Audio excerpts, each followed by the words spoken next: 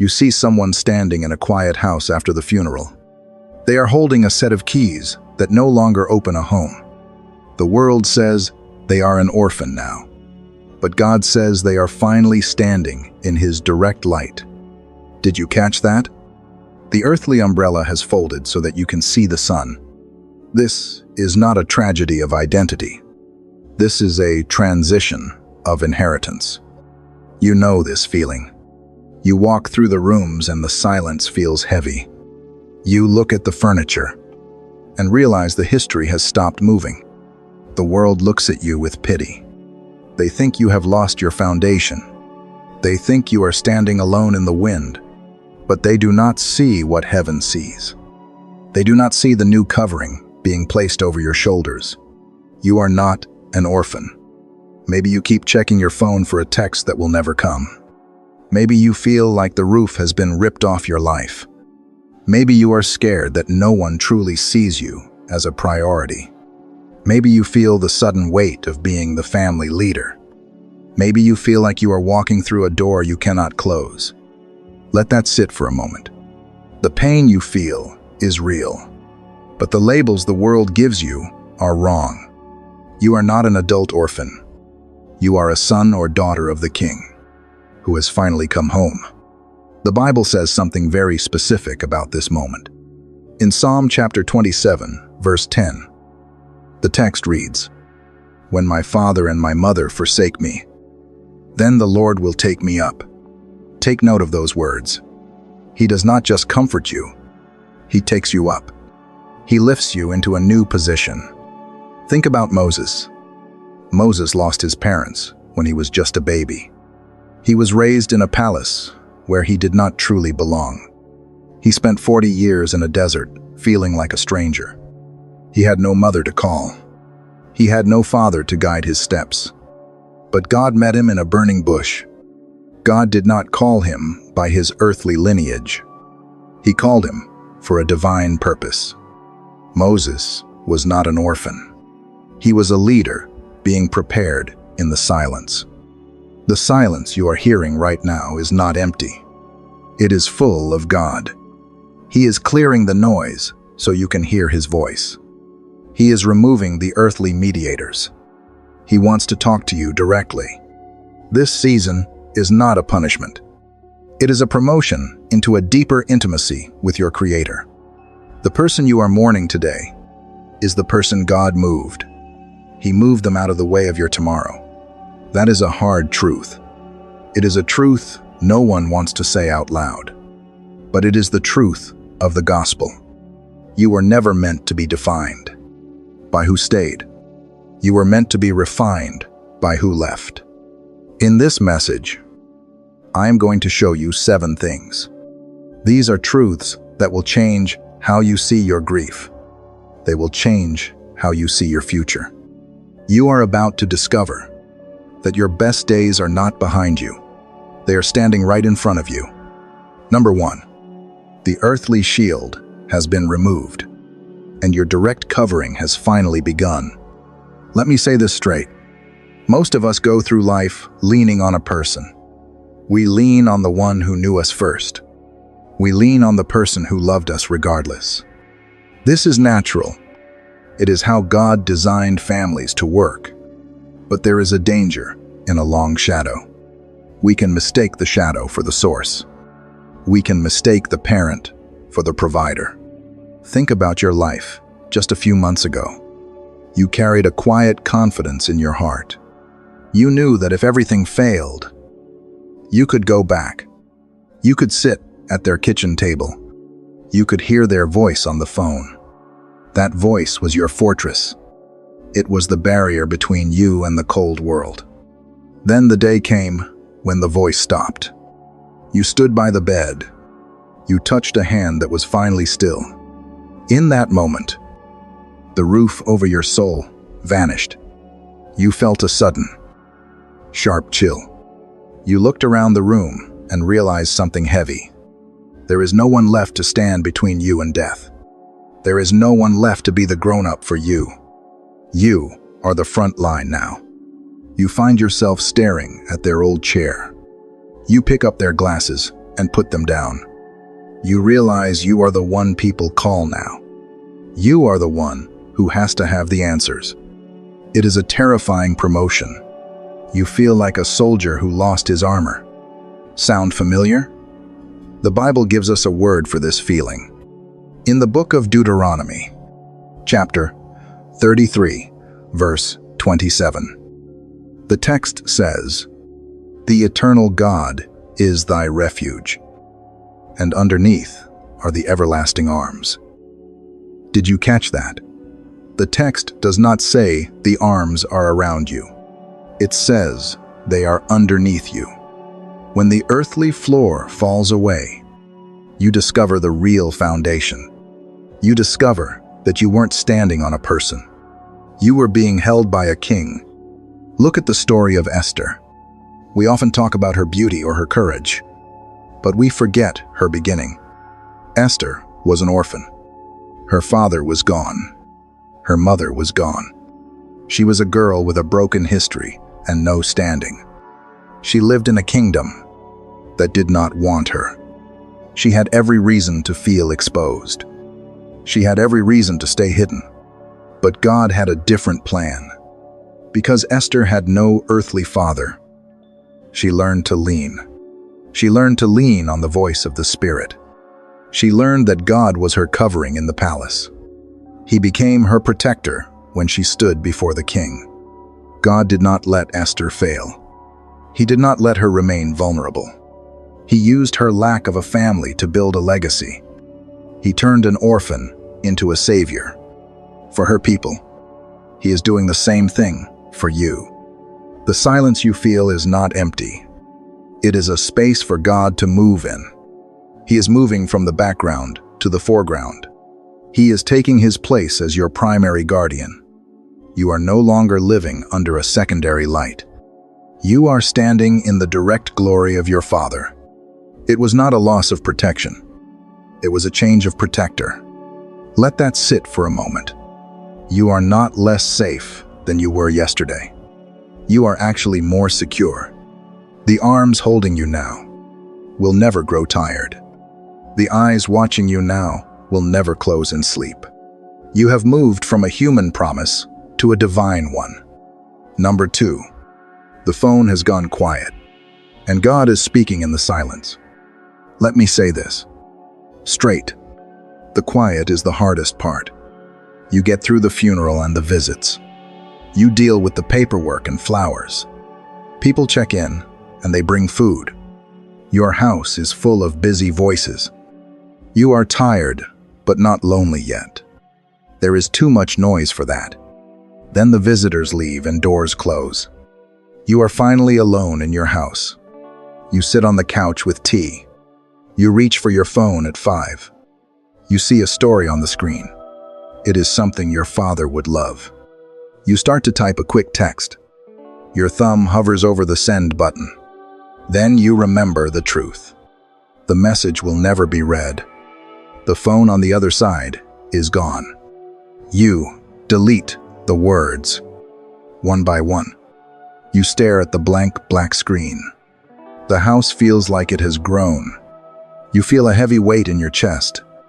The silence is not a lack of sound. It is a presence that fills the room. You see their glasses on the table.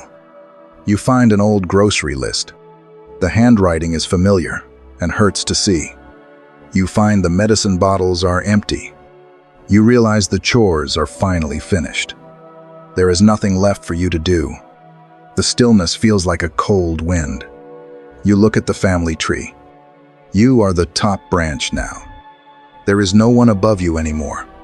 The silence means the end of an era. It means a world has ended. You have stories, only they understood. Now you are the only one left. That is a heavy burden to carry. You have been there. Look at the prophet Elijah. He was a man of fire. He had just seen God do wonders.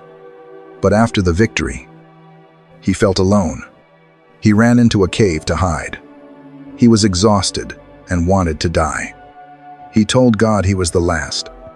He waited for a sign from heaven. A great wind passed and shattered rocks. An earthquake shook the ground he stood on. A fire burned outside the cave entrance. But the Bible says God was not there. In 1 Kings, chapter 19, verse 12, it says, "And after the fire, a still small voice." Did you catch that? God waited for the noise to stop. He knew Elijah could not hear him before. Your life has been noisy for years. Caring for parents is a busy season. It is full of doctors and duties. The noise of their needs has been silenced. You might feel like God is silent, but He is actually leaning in close. He is using this quiet to whisper. He wants to tell you something personal. He is moving from the background now. He wants to reveal your new path. The stillness is not an empty void. It is a divine invitation to listen. You are not losing your connection. He is listening. Number 3, the mantle has fallen on you, and you are now the family gatekeeper. Here is what nobody tells you. This transition is not just about a loss. It is a spiritual promotion. For decades, someone else stood in the gap. Someone else was the primary prayer warrior. Someone else was the anchor for the holidays. Now, that person is gone. The spiritual authority of your bloodline is shifting. It has landed squarely on your shoulders. You sit at the holiday table and feel the void. The seat at the head is empty. Your siblings are looking to you for direction. You find yourself answering questions. You don't know. You are the one who decides the traditions. You are the one who calls the family together. It feels like wearing a coat that is too big. You want to take it off. You want to be the one who just shows up. Maybe that is you. In the book of Joshua, chapter 1, verse 2, the text reads, "Moses, my servant, is dead. Now, therefore, arise." Those are the first words Joshua heard. He had served Moses for 40 years.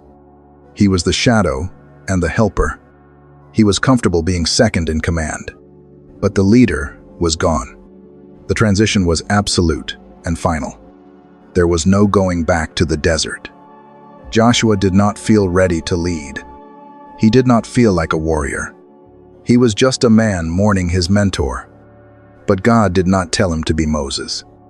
God told him to be Joshua. He promised to be with him the same way. The mantle was not a burden of perfection. It was an invitation to trust. You are not meant to copy your parents. You are meant to carry the fire they started. The weight you feel is not the weight of their absence. It is the weight of your new authority. Number 4, the looking glass is gone, and your eyes are finally fixed forward. Let's be honest. For your whole life, there was a constant mirror behind you. You looked back to see if they were watching your steps. You sought their approval on every major life choice. You wondered what they would think of your new house. You wondered if they were truly proud of your career. It was a quiet and subconscious habit of the heart. You were always living for an audience of 2. Now, that mirror has been shattered forever. You stand in front of the bathroom mirror alone. You look at your own face in the morning light. You see your mother's eyes looking back at you. You see your father's jawline in the clear glass. You realize you are the living evidence of them, but you can no longer ask for their opinion. You cannot call to ask about an old recipe. You cannot check if they like your new car. You cannot check if they like your new car. The back door of your life has closed. You look at your phone and see their names. They are still at the top of your favorites. You go to the grocery store and see their brand. You almost put the item in your cart. Then you remember that their kitchen is now dark. You realize that you are the one holding the keys. There is no one left to look back at. This creates a sharp and sudden sense of vertigo. You feel like you are floating in a void. There is no one left to catch your fall. There is no one left to please or impress. You are the final version of the family name. This can feel like a very heavy weight. It can also feel like a new wind. You have been there.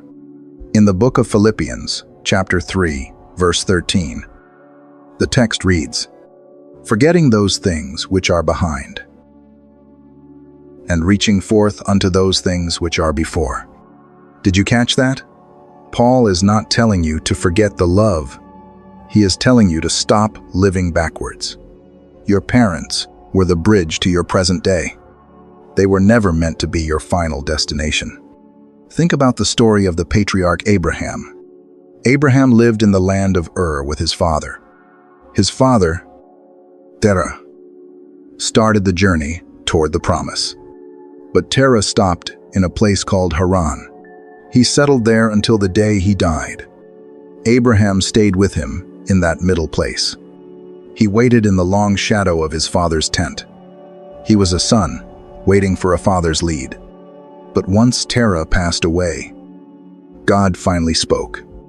God did not tell Abraham to stay in Haran. He told him to get out of his country. He told him to leave his father's house behind. Abraham had to lose his earthly anchor to find. He had to lose his past to find his future. His father was a good man, but he was a limit. The death of his father was the start of a nation. Your parents had a vision for their own lives. They had a ceiling for their own personal faith. You have been living under that ceiling for years. Now, that ceiling has been completely removed today. You are standing under the open sky of God. The question is not what they think of you. The question is what God is calling you to be. So the question is not who you lost. The question is, where are you finally free to go? Number 5, the roots are exposed, and God is healing the family line through you. Let's start with the truth. No one wants to say out loud. When a parent dies, you don't just lose a person. You lose a library of memories. You also lose the buffer between you and the family history. While they were alive, certain stories were off limits. There were secrets kept in the dark. There were patterns of behavior that everyone just accepted. You called it just the way they are. But now that the house is quiet, you see it. You find yourself sorting through a closet full of old coats. You find a shoebox tucked away in a corner. Inside are letters from 30 years ago. You read words that change how you see your childhood. You start to see the cracks in the foundation. You see the anxiety that your mother carried every day. You see the pride that kept your father from apologizing. You realize they weren't just parents. They were broken children who grew up and had children. This realization is heavy. It feels like a second wave of grief. You aren't just mourning their presence. You are mourning the versions of them you needed. You see the generational cycles of fear or anger. You see how those same shadows are trying to land on you. You realize that the family tree has some rot in the roots. And you are the one standing at the base with the shears. You are the one who has to decide what stops. You are the one who decides what continues. The death of the last parent is a hard stop. It is the end of the old chapter. It is the moment where the cycle can finally be broken. You have the power to keep the love and leave the pain. You are the designated healer for your bloodline. Maybe that is you. The Bible speaks to this moment of breaking the past. In the book of Romans, chapter 8, verse 28, the text reads, "And we know that all things work together for good to them that love God." Did you catch that? Even the broken parts of your family history are not wasted. God can take the pain of your upbringing and turn it into a platform.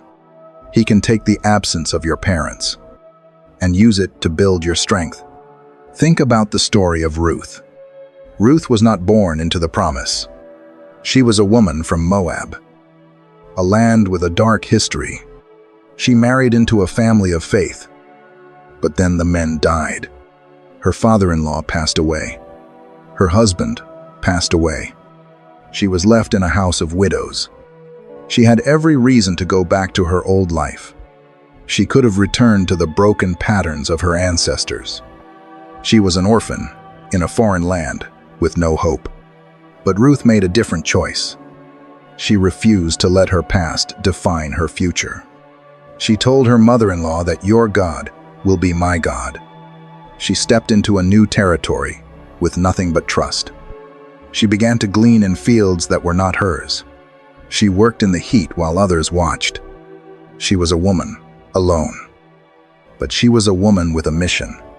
Because she broke the cycle, God changed her story. He did not just give her a new husband. He gave her a new legacy. Ruth became the great-grandmother of King David. She is one of the few women named in the lineage of Jesus Christ. The woman who started as a grieving orphan ended as a pillar of the faith. She healed the roots of her story by looking forward. Your family history ends with your parents. Your family legacy starts with you. The mistakes they made do not have to be your mistakes. The fears they carried do not have to be your burden. You are not a victim of your genealogy. You are a victor through your theology. God is giving you the grace to prune the tree today. It is not a loss of heritage. It is a birth of a legacy. Number 6. The world sees a victim, but God sees a veteran of the faith. Here is what nobody tells you. People are going to start walking on eggshells around you. They see you at the grocery store and they look away. They use a soft, sad voice when they speak to you. They tilt their heads and ask how you are holding up. They are waiting for you to shatter into 1,000 pieces. They expect you to be a shell of a person for months. But inside your soul, something different is happening. You feel a strange, solid strength in your bones. You are sleeping through the night. You are handling the bank accounts with a clear head. You are sorting through the old clothes without losing your breath. You almost feel guilty for not being more of a mess. You wonder if you are just numb to the pain. You are not numb. You are being carried by a supernatural current. The world expects a storm, but you are experiencing a sanctuary. You have been there. The Bible explains this mysterious calm. In John chapter 14, verse 27, Jesus says, "Peace I leave with you. My peace I give unto you." Did you catch that? He does not give you the world's peace. The world's peace depends on your parents. The world's peace depends on your house being full. But the peace of Jesus depends on his presence alone. Think about the story of Peter. He was locked in a deep, dark prison cell. King Herod was planning to execute him. He was chained between 2 professional soldiers in the dark. He had no family left to rescue him. Most people would be pacing. They would be crying out for mercy until their voices broke. But the Bible says Peter was fast asleep. He was sleeping. He was sleeping so deeply that the angel had to strike him. He wasn't sleeping because he was brave or a hero. He was sleeping because he was held by a higher hand. The peace of God had created a wall around his mind. The chains were still there, but the fear was gone. You are in your own version of that prison cell right now. The chains of grief are real and they are heavy. The future looks like a wall you cannot climb over, but you are finding that you can still breathe. You are finding that you can still stand up. This is not your own willpower. At work, this is the peace that passes all human understanding. It is the gift for the one who is finally alone. God saves his best peace for the hardest nights. He saves his strongest comfort for the deepest silences. You are not a victim. You are discovering that when you have nothing left, he is enough. Let that sit for a moment. Number 7. The departure was not a desertion. It was a divine relocation to your future home. Let's be honest. When you were younger, heaven felt like a beautiful story. It was a concept in a book. It was a song you sang on Sunday mornings. It was a place for people you did not know. But when you lose your last parent, heaven changes. It stops being a theory. It becomes a personal destination. The map of eternity now has a face you recognize. It has the voice that used to call your name. You find yourself looking at the sky in a new way. You wonder if they are watching the sunset with you. You imagine them finally standing tall without a walker. You see the empty chair and choose to see a crown. You realize they haven't disappeared into a dark void. They have stepped into the light of a new morning. The world feels thinner than before. You feel like a traveler who is almost home. You used to be anchored to this earth by their presence. You had to stay because they needed you. You had to stay to keep them company. Now, that anchor has been lifted from the seabed. You feel a strange pull toward the horizon. You are not as afraid of death as you used to be. How can you fear? A place where your family is waiting. The sting of the grave has been replaced by a quiet hope. You find their old Bible on the nightstand. You see the verses they underlined years ago. You realize they were preparing for this journey for a long time. They were marking the path for you to follow. They were showing you that the end is not an end. It is a transition into the real life. You are not losing time with them. You are simply waiting for your turn to arrive. You understand this change. The Bible gives us a reason for this confidence. In the book of 2 Corinthians chapter 5, verse 8, it says, "We are confident, I say, and willing rather to be absent from the body, and to be present with the Lord." Did you catch that? There is no middle ground. There is no waiting room. To leave this world is to immediately enter the presence of the King. The Apostle Paul lived with this reality every single day. He sat in cold prison cells and wrote about joy. He faced beatings and shipwrecks and never lost his peace. He did not look at his life as something to keep. He looked at his life as something to spend. He told the believers that he had a desire to depart. He wanted to be with Christ because that was far better. Paul was not depressed or tired of living. He was simply aware of the truth.